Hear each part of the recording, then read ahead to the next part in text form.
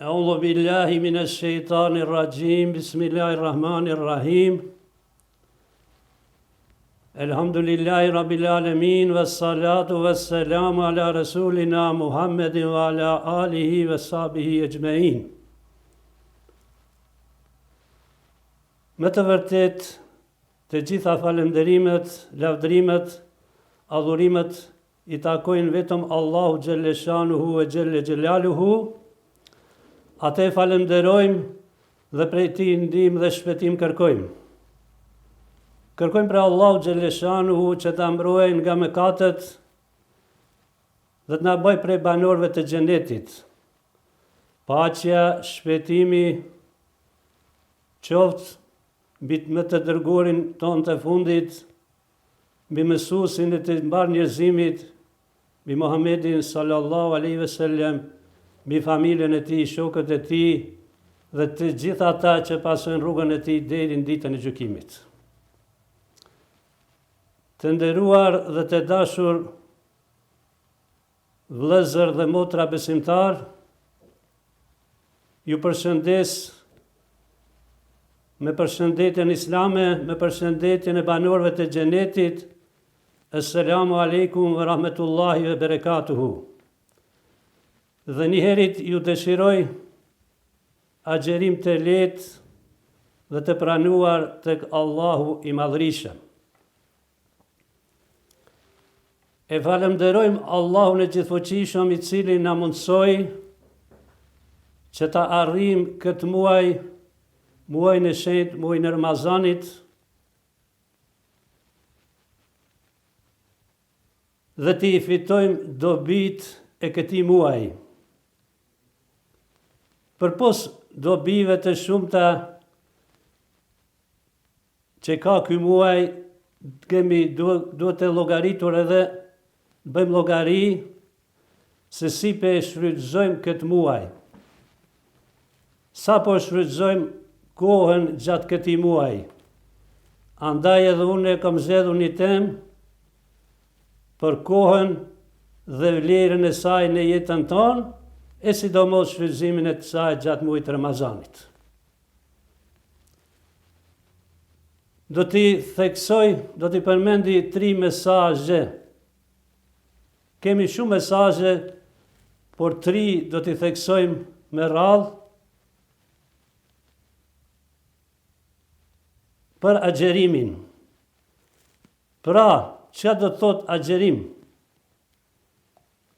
Agjerimi është urdhën e Allahu Gjelle Shanuhu.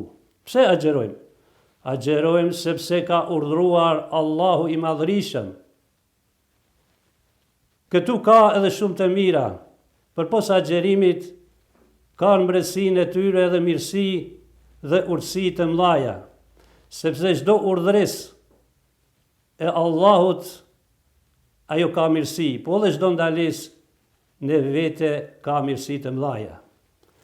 Andaj mesazhi i parë është ku pejgamberi sallallahu alaihi wasallam thot: Men same Ramadanan imanan wa ihtisaba ghufira lahu ma taqaddama min dhanbi. Kush agjeron Ramazanin me bindje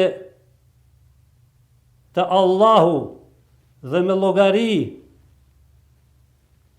që do të arrish përblimin e Allahut, i falen të gjitha mëkatet deri në Ramazan.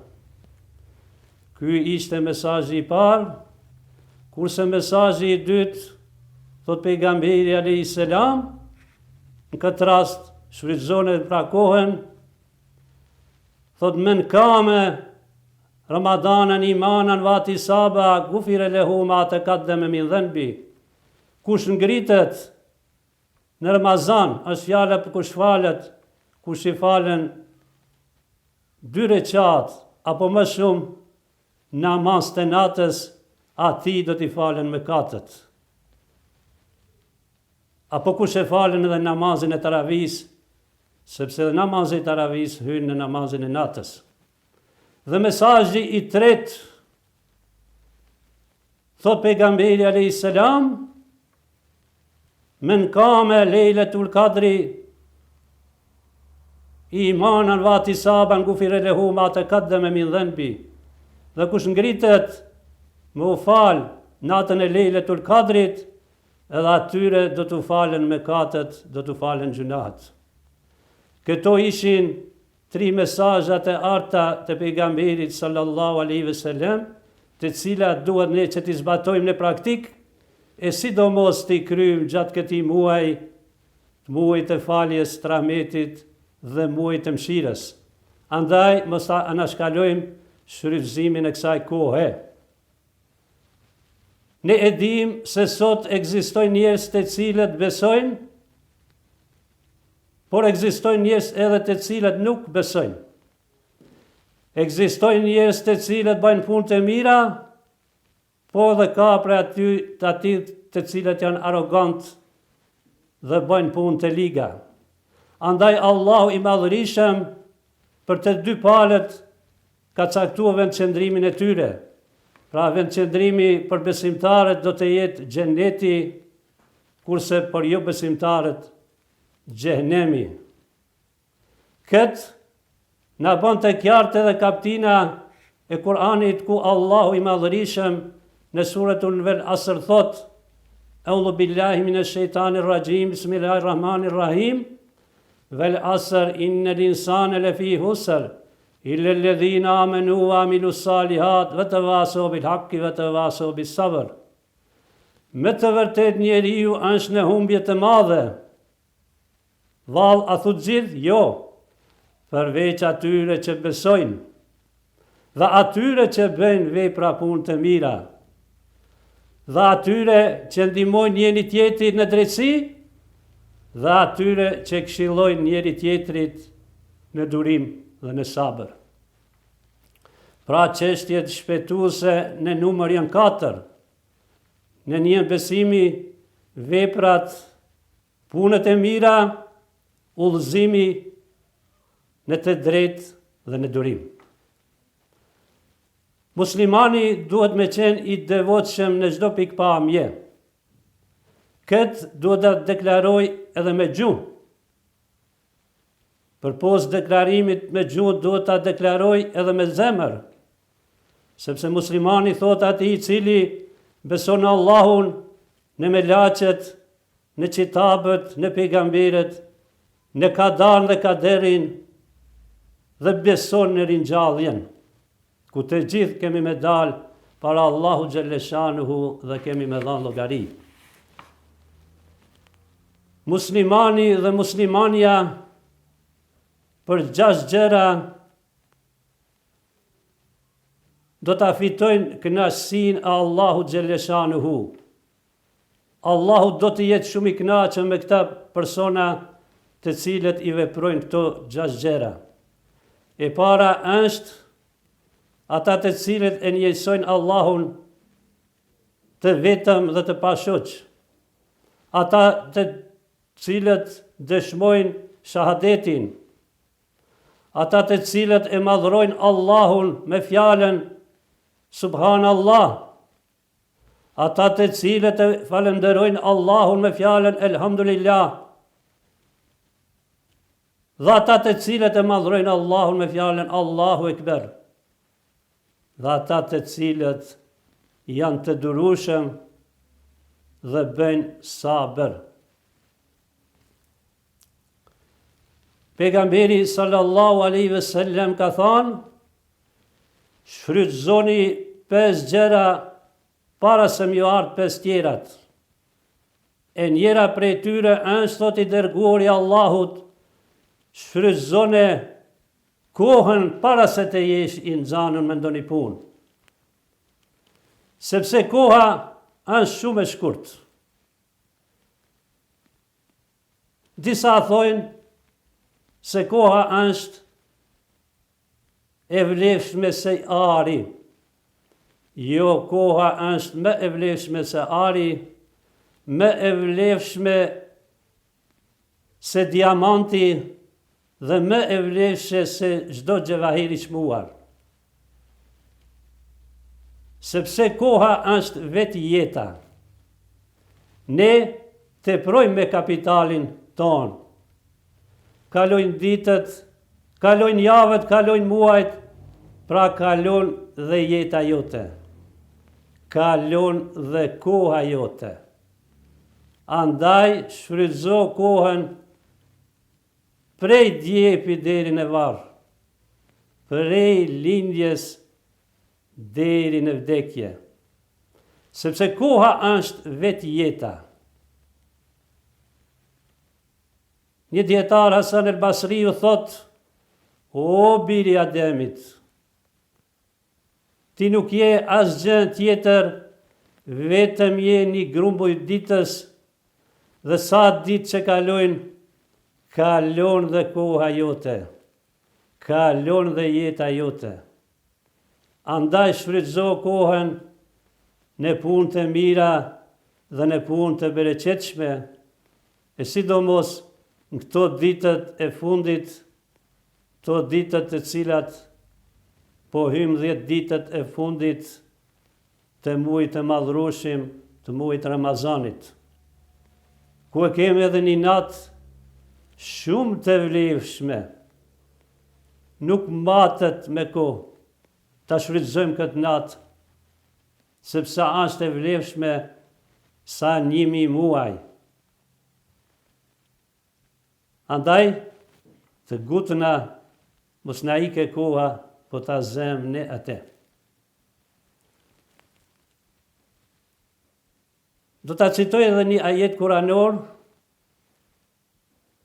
ku Allahu i Madhërisëm thot për disa gjëra që ne shumë gjëra nuk dim, por do të flasim për 5 gjëra ku Allah i Madhërisëm po që t'i shfrytëzojmë ato para se me na kaluar koha. Bismillahirrahmanirrahim. Inna Allahe indehu ilmu saatu ve yunezzilul gaith ve ya'lemu ma fil erham ve ma tedri nefsun madha teksibu gada ve ma tedri nefsun bi ayyi ardil tamut. Vetëm Allahu Gjelleshanuhu e din kur të të ndodh kataklizma kiameti, andaj të shfrytëzojmë. Vetëm Allahu e din sa ka me rashi. Vetëm Allahu e din çka ka në mitrën e nanës. Vetëm Allahu e din çka do të ndodh nesër apo ma vonë, për çdo çast. Dhe në fund, vetëm Allahu e din se ku, që vend, kur dhe ku do t'a japish amanetin.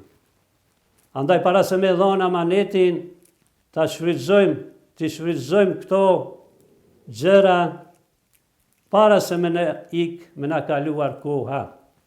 Pejgamberi sallallahu alaihi wasallam e ka nda dhe kohën për punë, për gjumë dhe për ibadet.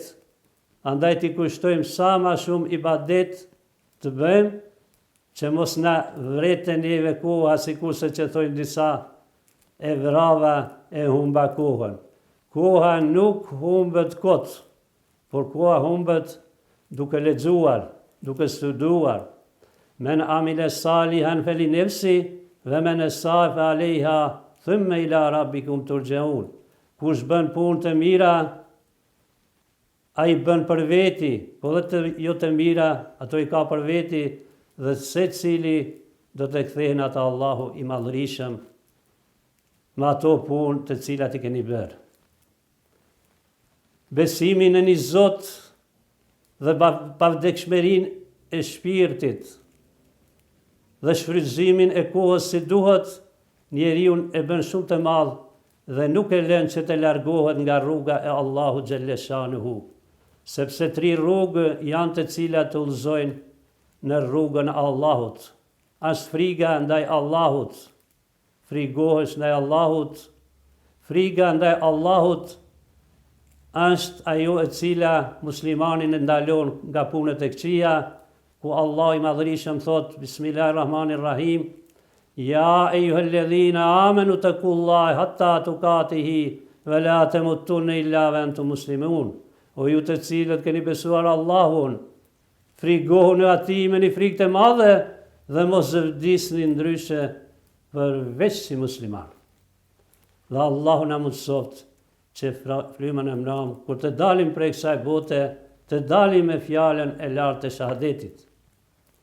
Transmetohet prej Gjebel ibn Muadhit, i cili një ditë i thot pejgamberi sallallahu alaihi wasallam: o i dërguari i Allahut, më udhëzo në një punë e cila kishte më futur në xhenet dhe kishte më larguar nga xhenemi.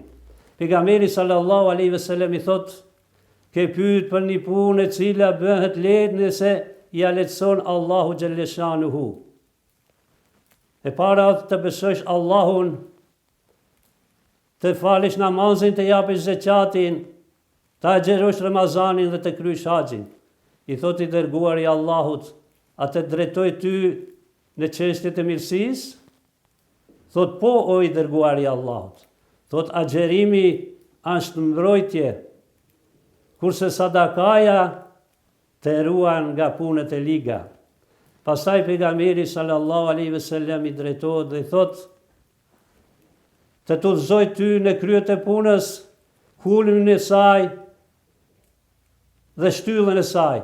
Thot pejgamberi alayhi salam: kryet e punës është Islami, shtylla e saj është namazi dhe kulmi i saj është xhihadi, lufta në rrugën e Allahut xhaleshanuhu. Dhe në fund thot të drejtoj ty në një gjë e cila i ka të gjitha. Thot Muadhi: të ruaje gjuhën tënde. Thot o i dërguari i Allahut, a do të pyetna ne edhe për fjalët që i flasim me nga gjuha jon? Po, thot i dërguari sallallahu alaihi wasallam, të gjithë do të gjuhën në zjarr me rezultatet e gjuhëve të tyre, duke i ruajtur gjuhën e tyre. Dhe në fund, porosia është që sa ma shumë të shfrytëzojmë këto ditë, këto mesazhe të arta të cilët na ka dhënë pejgamberi sallallahu alaihi wasallam, dhe të bëna prej banorëve të xhenetit. Dhe lutim Allahun xhaleshanuhu ve xhelle xhelaluhu që kohën ta shfrytëzojmë në maksimum dhe të punojmë për veten, për muslimanët, ta shfrytëzojmë dhe për atë dheun. O Zot, na bën neve për atyre të cilët lutjet nuk kthehen prapë, sidomos lutja e cila bëhet para iftarit, dhe na udhëzo në rrugën e drejtë, në rrugën e shpëtimit, na furnizo, na shëro dhe na fut në bajrakun e Muhammedit sallallahu alaihi wasallam. Subhana rabbika rabbil izzati amma yasifun, wassalamun alal mursalin, wassalamatun alal mu'minin, walhamdulillahi rabbil alamin. Al-Fatiha.